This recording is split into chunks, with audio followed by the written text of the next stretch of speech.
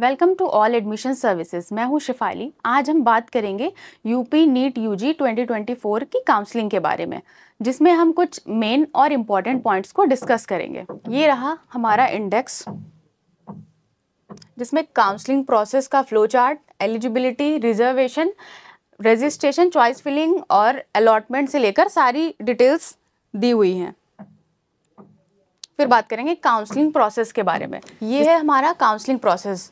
Registration के लिए आप पोर्टल पे जाओगे, अपने रोल नंबर और एप्लीकेशन नंबर से आप रजिस्टर करोगे, फिर रजिस्ट्रेशन फीस सबमिट करोगे, सिक्योरिटी मनी सबमिट करोगे, ऑनलाइन डॉक्यूमेंट्स का वेरिफिकेशन होगा। ये आपका कंप्लीट प्रोसेस है काउंसलिंग का। फिर बात करते हैं एलिजिबिलिटी के बारे में। जो स्टूडेंट्स ने नीट 2024 एग्जाम को क्लियर किया है वो स्टूडेंट ही काउंसलिंग के लिए एलिजिबल होंगे। यूपी के रिजर्व कैटेगरी वाले स्टूडेंट एनटीए के जारी किए गए रिजर्व कैटेगरी के कट ऑफ स्कोर के according UP NEET UG 2024 counselling के लिए एलिजिबल होंगे। नेक्स्ट है अन्य राज्य यानी अदर स्टेट के रिजर्वेशन कैटेगरी वाले स्टूडेंट एनटीए के जारी किए अनरिजर्व कैटेगरी के कट ऑफ स्कोर के अकॉर्डिंग ही नीट यूजी 2024 की काउंसलिंग में रजिस्ट्रेशन के लिए एलिजिबल होंगे। यानी अदर स्टेट का स्टूडेंट यूपी के रिजर्वेशन कैटेगरी के कट ऑफ का बेनिफिट नहीं मिल पाएगा। और ऐसे स्टूडेंट्स जो 10th 12th में से कोई एक या फिर दोनों उत्तर प्रदेश के बाहर से किया है, वो यूपी का मूल निवासी है, ऐसे स्टूडेंट्स को स्टेट का डोमिसाइल लगाना होगा। वहीं जो स्टूडेंट्स ने 10th और 12th यूपी बोर्ड से किया है, ऐसे स्टूडेंट के लिए डोमिसाइल ज़रूरी नहीं है। ये है मेन पॉइंट कि कोई स्टूडेंट जो यूपी नीट यूजी 2023 के स्टे वैकेंसी राउंड में अलॉटमेंट होने के बाद भी एडमिशन नहीं लिया है, ऐसे स्टूडेंट 2024 की काउंसलिंग में पार्टिसिपेशन के लिए एलिजिबल नहीं होंगे। ये है रिजर्वेशन रिलेटेड कुछ इन्फॉर्मेशन जिसको आप देख सकते हो। फिर हम बात करेंगे रजिस्ट्रेशन के ऊपर। रजिस्ट्रेशन प्रोसेस की बात करते हैं। स्टूडेंट्स रजिस्ट्रेशन के लिए नीट काउंसलिंग की वेबसाइट पे लॉगिन करते हैं। नीट यूजी का रोल नंबर और एप्लीकेशन नंबर से स्क्रीन पे दिए गए इंस्ट्रक्शन के थ्रू आप अपना रजिस्ट्रेशन फॉर्म फिल करते हो। नेक्स्ट है स्टूडेंट को रजिस्ट्रेशन करते टाइम अपना ही फ़ोन नंबर और ईमेल आईडी यूज़ करनी चाहिए, जिससे आगे के प्रोसेस में कोई प्रॉब्लम ना हो। पोर्टल पर लॉगिन करने के बाद नीट एग्ज़ाम के टाइम दिए गए डिटेल्स चेंज नहीं होंगे। यानी कि आपने जो एप्लीकेशन फॉर्म में जो भी डिटेल्स फिल की हैं, डिटेल्स आपकी वही रहने वाली है। हाँ, कुछ अपडेट्स होंगे जो आपको करने होंगे। रजिस्ट्रेशन फॉर्म फिल करने के बाद स्टूडेंट को एक पासवर्ड बनाना होगा। उस पासवर्ड का यूज़ आप चॉइस फिलिंग के टाइम में करोगे। अब देखते हैं काउंसलिंग के लिए रजिस्ट्रेशन फीस। फर्स्ट, सेकेंड और थर्ड राउंड की काउंसलिंग की बात करें तो रजिस्ट्रेशन फॉर्म की फ़ीस है 2000 रुपीज़।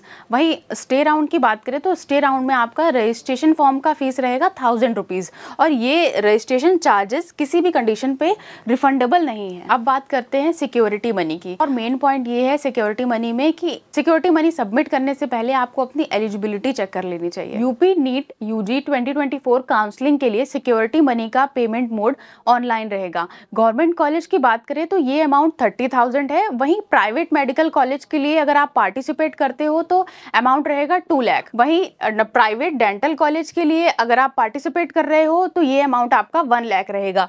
और स्टूडेंट्स जो गवर्नमेंट और प्राइवेट मेडिकल डेंटल कॉलेजेस के लिए जाना चाहते हैं उनके लिए ये अमाउंट 2 लाख रहेगा। स्टूडेंट्स जो गवर्नमेंट और प्राइवेट डेंटल कॉलेज के लिए काउंसलिंग में पार्टिसिपेट करना चाहते हैं उनके लिए ये अमाउंट है 1 लाख। सिक्योरिटी मनी सबमिट करने के बाद आपको एक रेसिप्ट डाउनलोड करनी होगी, और जो स्टूडेंट सिक्योरिटी मनी सबमिट नहीं करेंगे वो चॉइस फिलिंग के लिए एलिजिबल नहीं होंगे। यानी काउंसलिंग में बैठना है तो सिक्योरिटी मनी सबमिट करना कंपलसरी है। काउंसलिंग के सारे राउंड कंप्लीट होने के बाद भी स्टूडेंट को कोई सीट अलॉट नहीं होती है, ऐसे केस में स्टूडेंट को सिक्योरिटी मनी वापस कर दी जाएगी उसी अकाउंट में जिससे उसने पेमेंट की थी। इसीलिए बोला जाता है कि आप जब भी सिक्योरिटी मनी सबमिट करो तो अपने या किसी क्लोज वन के अकाउंट से सबमिट करो, तो वापस आने में प्रॉब्लम नहीं होती है। नेक्स्ट पॉइंट है ऑनलाइन डॉक्यूमेंट्स वेरिफिकेशन। स्टूडेंट्स के डॉक्यूमेंट्स का वेरिफिकेशन ऑनलाइन मोड से होगा। रजिस्ट्रेशन करते टाइम स्टूडेंट को डॉक्यूमेंट्स के ऑनलाइन वेरिफिकेशन में दिए हुए नोडल सेंटर में से किसी एक नोडल सेंटर को चूज़ करना होता है। Documents for online verification: 10th की मार्कशीट, 12th की मार्कशीट, रिजर्वेशन रिलेटेड सर्टिफिकेट, अगर आप किसी कैटेगरी से बिलोंग करते हो जर्नल के सिवा तो आप उसका सर्टिफिकेट लगाओगे। इसके बाद आता है डोमिसाइल। डोमिसाइल यानी आप यूपी के हो या बाहर के हो, अगर आपका रिक्वायरमेंट होता है तो आप डोमिसाइल लगाते हो। फिर आता है चॉइस फिलिंग और अलॉटमेंट प्रोसेस। तो सिक्योरिटी मनी सबमिट करने के बाद स्टूडेंट को चॉइस फिलिंग करनी होगी। चॉइस फिलिंग के लिए आप सारे ऑप्शंस भी फिल कर सकते हो, मतलब मैक्सिमम जितने ऑप्शन चाहते हो आप सारे फिल कर सकते हो। स्टूडेंट को उसके फिल किए ऑप्शन सीरियल से उसकी रैंक के अकॉर्डिंग अवेलेबल सीट ही अलॉट होगी। काउंसलिंग प्रोसेस ऑनलाइन मीडियम में 4 राउंड्स में होगा, फर्स्ट, सेकंड, थर्ड और straight vacancy round. Choice filling के लिए कोई सीट अलॉट हो गई है, वापस से उसे नेक्स्ट राउंड की काउंसलिंग में फिल ना करें। अगर फिल करने पे आपको वापस से वही सीट अलॉट होती है तो आपको उसमें एडमिशन लेना पड़ेगा, नहीं लेते हो तो आपकी सीट कैंसिल हो जाएगी। अब बात करते हैं फर्स्ट राउंड की काउंसलिंग के बारे में। गवर्नमेंट और प्राइवेट मेडिकल डेंटल कॉलेज में फर्स्ट राउंड की काउंसलिंग में अलॉटेड सीट छोड़ने पे स्टूडेंट का फ्री एग्जिट है, यानी आप अगर फर्स्ट राउंड की काउंसलिंग में सीट छोड़ना चाहते हो तो फ्री एग्जिट कर सकते हो और सेकंड थर्ड राउंड में वापस से पार्टिसिपेट कर सकते हो। ये अलॉटमेंट के बाद भी स्टूडेंट एडमिशन नहीं लेता है तो सिक्योरिटी मनी वापस हो जाएगी। Second round of counselling. First round की काउंसलिंग में अलॉटेड स्टूडेंट्स को सेकंड राउंड की काउंसलिंग में पार्टिसिपेट करने के लिए कोई सिक्योरिटी मनी सबमिट करने की जरूरत नहीं पड़ेगी। और government private medical dental college के लिए सेकंड राउंड की काउंसलिंग में अलॉटेड सीट पे स्टूडेंट को एडमिशन लेना कंपलसरी है। एडमिशन नहीं लेने की कंडीशन में सिक्योरिटी मनी रिटर्न नहीं होगी और थर्ड राउंड में अगर आप अपीयर करना चाहते हो तो आपको वापस से सिक्योरिटी मनी सबमिट करनी पड़ेगी, तभी आप एलिजिबल होगे। अब आ जाते हैं थर्ड राउंड काउंसलिंग में।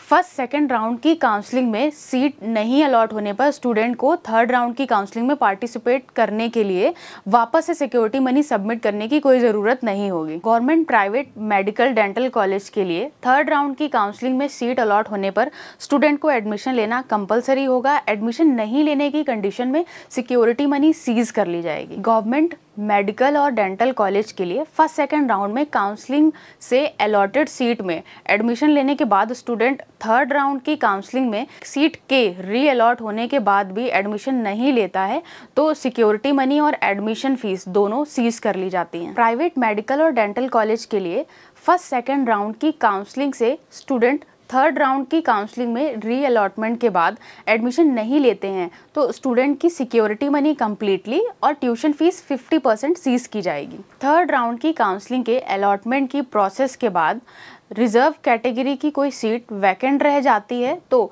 सभी सीट का अलॉटमेंट नीचे दी गई टेबल के अकॉर्डिंग किया जाएगा।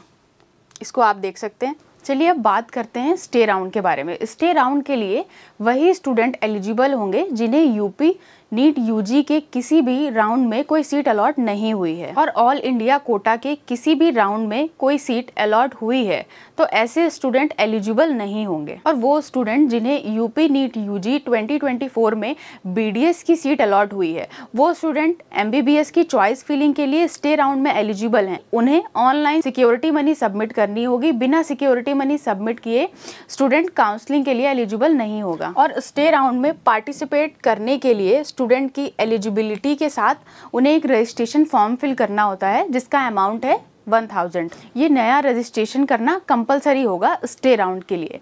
ऐसे स्टूडेंट जो पहले की काउंसलिंग में पार्टिसिपेशन नहीं किए हैं उन्हें सिक्योरिटी मनी भी सबमिट करनी होगी। Already first second third round counselling में रजिस्टर्ड या अलॉटेड स्टूडेंट जिन्होंने पहले सिक्योरिटी मनी सबमिट की है उन्हें स्टे राउंड में पार्टिसिपेशन के लिए वापस से सिक्योरिटी मनी सबमिट करने की ज़रूरत नहीं होती है।